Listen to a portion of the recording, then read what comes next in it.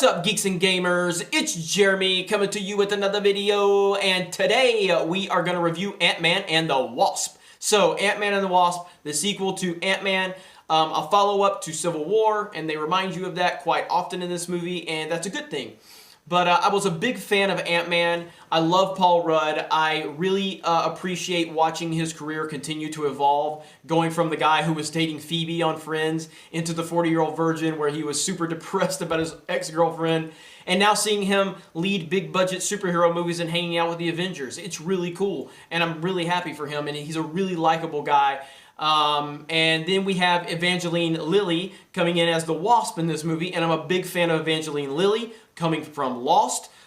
She was in the Hobbit trilogy. I think she's a fantastic actress, and I'm happy that she is getting more notoriety. It's well-deserved. So Peyton Reed returns to direct this, and that was a big concern I had with the first one. When Peyton Reed took over for Edgar Wright, there was a lot of concern, and Peyton Reed knocked it out of the park. Anytime a movie has a father-daughter dynamic, I am all in, as long as it's executed properly. The first one did that well. This one starts out right out of the gate. It sets the tone. It lets you know this is going to be a family dynamic. And there's some emotional beats in the beginning, and that's what I really appreciated, is it sets the tone to let you know this is what we're building the narrative around, so prepare yourself. I went to see this with my daughter. She's 12. In the opening couple of scenes, you know, there's a scene with Scott Lang and his daughter, and my daughter leans over, she goes, "Why didn't you ever do anything like that when I was her age?" Like, really? Am I being put on dad blast already? But as the story progresses into it, the pacing is great. The comedic elements are sprinkled in perfectly, and the comedic elements are never like laugh out loud. They never like had me in tears, but they were perfectly placed, and the beats were right where they needed to be. Luis, played by Michael Pena, fantastic as always. A few callbacks to the first Ant-Man movie. T.I., we need more T.I. on screen. Please, can we, now I know T.I.'s been in his share of movies in you know, background roles and a few lines here and there, and he had a few lines in this movie. T.I. has such a good screen presence to him, great line delivery. I would love to see more from T.I. in the future. This movie is primarily kind of built around the Wasp, and I don't consider that a bad thing at all. I know some people are going to take that as it's an SJW movie, and again, got to be careful when we're using that as a critique. It can't be every time there's a prominent female role, it's SJW. That's not what that means. In this movie, while Evangeline Lilly's character, the Wasp, I think it's Holly is her name, or Hope, I'm sorry, Hope. When Hope is featured, she is kind of the main character almost, but Scott Lang is still there, and we got plenty of Scott Lang in the first Ant-Man movie.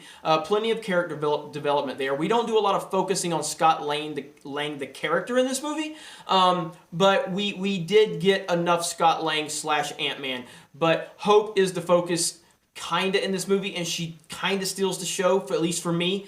And again, maybe that's just because I'm a big Evangeline Lilly fan, I'm not sure, but she was great in this movie. She was great. The action was great. The CGI was spot on. I love seeing big Pez dispensers going down the street and big salt shakers. I love seeing them shrink down. Michael Pena's comedy during some of those scenes is fantastic. There is a lot of emotion in this movie, but there's not a lot of heavy-handed storytelling, if that makes sense. Good emotional beats, but not a lot of heavy-handed stuff. But when there is some emotional stuff, the comedic beats are always there to offset it. Like I said, the pacing is really good in this movie. I don't have any major critiques. If there was any, I could say, okay, two things. Number one, Paul Rudd and Evangeline Lilly have great on-screen chemistry, but I don't get a romantic chemistry from them. It's not that bad. It's a nitpick. But they do have really good chemistry overall. It's just the romantic side it doesn't hit for me. But maybe that's just me. Ghost is the villain per se. I thought she was the weakest point of the movie. She was fine. Her motivations were fine. I understood all of that, and it made sense in reference to the movie and the story. But the execution just for me wasn't quite there. I don't know if it was the actress. I'm not sure if it was the material that gave the actress. I'm not sure, but it didn't totally work for me like everything else worked for me in the movie. One thing I'll say though is that Ghosts, and this is specific to me and maybe 10 other people, I don't know. But Ghosts, her outfit reminded me of I think it was a 1987 or 1988 version 2 Storm Shadow from G.I. Joe, the 3 3/4 action figure. I'm going to put a side-by-side up if I can find the pictures. And that just distracted me a little bit when she was on screen, but that's just a me issue right there.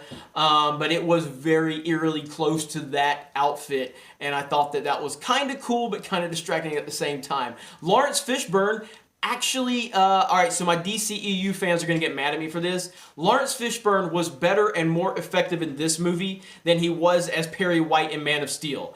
Yes, it's true. Oh, it's true. It's damn true. You know, and I'm not trying to get any of the DCEU fans mad at me or anything like that. So please don't think that's why I was doing that. This is why we go to movies. It was fun. It had a lot of action. It had great CG moments. It had some emotional beats. It wasn't too heavy-handed. The chemistry among all of the cast was good. We had Michael Douglas as Hank Pym. We had Michelle Pfeiffer. The great Michelle Pfeiffer is in this movie, and she was awesome.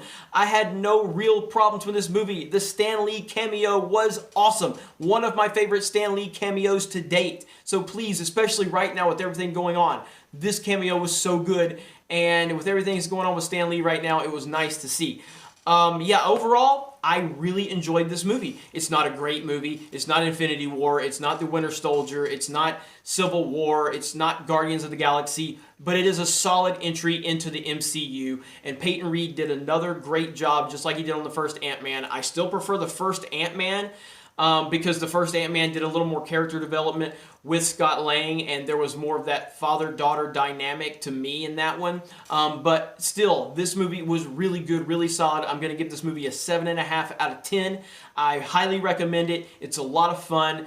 And I don't like using that "it's a lot of fun" as an excuse or anything, because that's not really the case here. There are a lot of bad movies that are still fun. That's not the case with this movie. This movie's genuinely good all the way through, with really strong performances, really great chemistry, good pacing, good comedic elements, all across the board, good special effects. I just really enjoyed it. I really did. So now, before we go, I want to touch on something that could be a spoiler. I'm not going to go into the details of it, but I'm going to give everyone an opportunity to close off of this if you don't want to hear anything. But in 3, 2, 1, we're going to talk about it. Now, post-credit scene. This movie might have the most awesome post-credit scene of any Marvel Cinematic Universe movie to date. I'm not going to tell you what it is, but it's so powerful, and it took me off guard. I was not expecting it. So when it happened, I was like, holy crap. Now, I don't even know if there was, I think that the one I'm talking about is the first post-credit scene. I don't even know if there's a second one, because I was so taken back by seeing that one. So just, I mean, if you're going to a Marvel movie, you know you need to hang around. You need to wait for the post-credit scenes, but this one has maybe the best post-credit scene ever. So, again, Ant-Man is really good. I highly recommend it. Go check it out. You guys have a great day, and we will talk to you later.